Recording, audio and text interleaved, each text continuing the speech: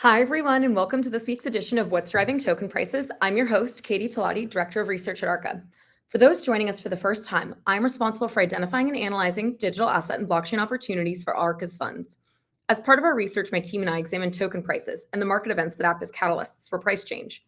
Based on our research and market events over the past week, here's some token price moves and what we think drove these moves. As a reminder, this commentary is not intended to be investment advice, investment research, or an investment recommendation. Please consult your investment professional for your own circumstances. Okay, guys, well, it's been a very busy week. Despite the government shutdown, we have had a bunch of new ETFs come to market. First, the first Sol, Solana staking, Litecoin, and Hedera Hashgraph ETFs have come to market today or yesterday. And as of today, a Hype ETF is also out on the market. There's also a lot of institutional interest that we're seeing pick up across the space. Citi announced this week that they are partnering with Coinbase to let their users access ETH and Bitcoin and other digital assets. Visa also announced today that they're launching support for 4 new stable coins. We also had the FOMC meeting earlier today. It was pretty contentious, but we ended up with a 0.25 percentage point rates cut. TBD if more is to come in the rest of the season. But as always, we're here to talk about the tokens, so I will get into it. First, we're going to talk about a project called Kadena or Kadena. Last week, the Layer 1 protocol Kadena abruptly ceased operations, citing a lack of funds. So while the chain itself is going to continue to run since the network is operated by independent miners, the foundation behind Kadena will no longer support operations and development of the chain. So Kadena was one of these projects that once held a ton of promise. They launched in 2018, created by 2 ex-JP Morgan engineers, and the project was aiming to create a proof of work blockchain. So it had the same, kind of security guarantees as a Bitcoin, but it was able to scale through what they called their unique braiding architecture. The token plummeted 55% on the announcement of this. Of the foundation winding down, and 33% on the week.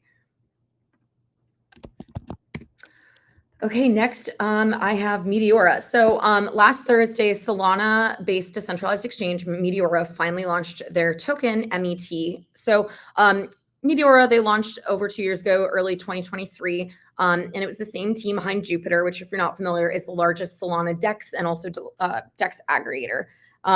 So this token airdrop has kind of been long in the works. Meteora, though, isn't just like every other DEX out there, or kind of the way it differentiates itself from some of the other Solana DEXs like Radium and Jupiter is it has some unique features that are aimed at kind of making it easier for traders and liquidity providers or like market makers to provide liquidity in the most capital efficient and yield generative ways. So I know this sounds very fancy. I'm not going to dive into the exact details of how Meteora works, but the idea is basically that, remember, in decentralized exchanges that use what are called automated market maker pools, there's no on-chain order book like there is on a traditional exchange. There is just a two-sided pool of liquidity. So what can happen over time is that as that pool becomes imbalanced, the liquidity providers in that pool, the market makers, they essentially lose assets to what is called impermanent loss. If one token is going down while the other stays stable, but the idea basically is that impermanent loss is a huge problem across the space. Meteora specifically offers a bunch of tools to help with this impermanent loss problem. So they've become super popular for people trying to manage their positions on chain. If they're trying to provide liquidity into a certain token, it has been super popular for teams launching their tokens on an early stage basis. And that's made it really popular. However, the project has also been involved in the launch of the Melania token and the Libra meme coins, both of which had some pretty poor outcomes for investors and really led to a lot of backlash against Meteora. That was earlier this year, if you've forgotten. To date, though, the Meteora token has no inherent use, but they did launch with about 50% of the supply available at launch, and they had no investor allocation or unlocks, which is fairly unusual to see these days. Meteora's token didn't really perform as well as most thought out of the gate. They are down 2.7% on the week and trading at around a $500 million valuation.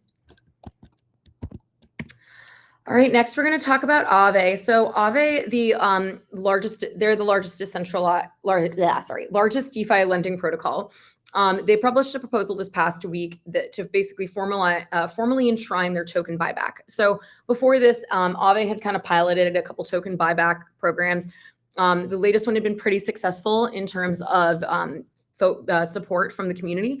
They basically want to use part of the DAO's earnings to systematically purchase Aave on the open market in a bid to increase value accretion for the token. The latest proposal is looking to cement that feature and set aside about $50 million annually for buybacks. And they also announced this past week that they have acquired Stable Finance, a stablecoin savings app, through Aave Labs, their for-profit entity. The terms of the deal were not publicly disclosed, but the deal appears to be more of the acqui-hire sort. Aave is up 4.4% on the week. Okay, and last we have Clanker. I did talk about this one a few weeks ago, so if you're feeling like you have deja vu, you're not alone. So this past week, Clanker, the token launchpad on layer 2 Base, was acquired by Farcaster, which is Base's preeminent on-chain social media platform. So this details around the acquisition were very sparse, but there was no terms in terms of how much Farcaster was acquiring Clanker for, how they were going to fold it into their operations. The details provided were that going forward, all the fees collected by Clanker are going to be used to actually buy and hold the Clanker token, thereby reducing the number of Clanker tokens on the open market. In addition to that, all the Clanker that was previously collected through fees is going to be burned, and the Clanker team's own tokens are actually going to be locked in a liquidity provider pool to provide greater token liquidity. So if you're familiar with the Base ecosystem in Farcaster doesn't yet have a token. One is definitely expected eventually. Like I said, the terms of the deal may not even be worked out in totality.